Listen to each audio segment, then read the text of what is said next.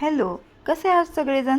तर मी आज बनवत होते अभिरासाठी मखाण्याची पावडर. तर त्यासाठी कढईमध्ये 2 चम्मच तूप टाकले. तूप गरम झाल्यावर त्यात मखाणे टाकून कमी गॅसवर छान हलकेसे भाजून घ्यायचे. आणि इकडे हे दोघे तुरीच्या शेंगा सोलत बसले होते, कारण मला आमटी बनवायची होती. यांना वेळ होता तर म्हणलं तुम्हीच द्या सोलून मला शेंगा. आणि नंतर मखाणे मी काढून घेतले.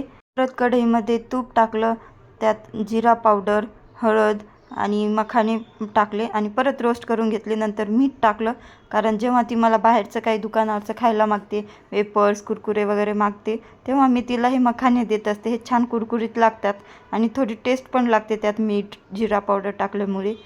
आपण आधी भाजलेले मखाणे थंड झाले होते. नंतर मी त्याला मिक्सरमध्ये त्याची छान बारीक पावडर करून घेतली आणि एका डब्यात स्टोअर केली.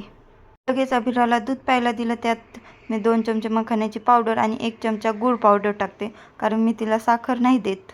आणि कढईमधले जे मखाणे आहे ते बघू शकता, त्याला छान हळदीमुळे कलर आलेला आहे. ते पण थंड झालेले होते आणि ते पण एका डब्यामध्ये काढून घेतले. नंतर आज जेवणात मला आमटी आणि भाकर बनवायची होती, तर इकडे छान भाकरी बनवून घेतल्या.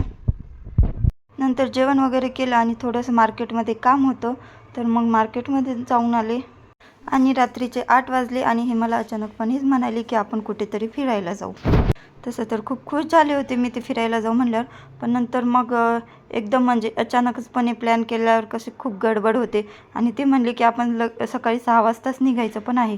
म्हणल्यावर माझं तर डोकंच बंद झालं होतं.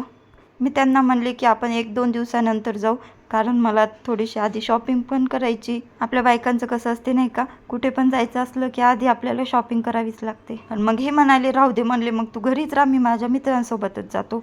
मग मी म्हणाले नको, राहू द्या मी येते. मग पटपट बॅग भरायला घेतली. समजत पण नव्हतं की काय कपडे सोबत घ्यायचे आणि काय नाही, कारण म्हणजे सगळं अचानक ठरलं ना की खूप अशी गडबड होती नाही का. आणि स्वतःहून आलेला चान्स कशाला वाया घालवायचा नाही का. मी त्यांना विचारत होते की आपल्याला नेमकं जायचं कुठे आहे फिरायला, पण ते काहीच सांगत नव्हते, कारण ते म्हणत होते तू फक्त बॅग भर, आपण बघू कुठेतरी जाऊयात. आणि माझं इकडे चालू होतं, हा ड्रेस घेऊ का, तो ड्रेस घेऊ का, तो ड्रेस घेऊ. आणि त्यांना विचारून मी बॅग पॅक करत होते. तर आम्ही नक्की कुठे फिरायला जाणार आहेत ते तुम्हाला माझ्या नेक्स्ट व्लॉगमध्ये कळेल. तसं तर मी फेसबुकला स्टोरी टाकली होती, तर काही जणांना कळालंही असेल. तर माझा नेक्स्ट ब्लॉग स्पेशल राहणार आहे, तर बघायला विसरू नका. आणि हो, व्हिडिओ आवडल्यास लाईक, शेअर अँड कमेंट करा.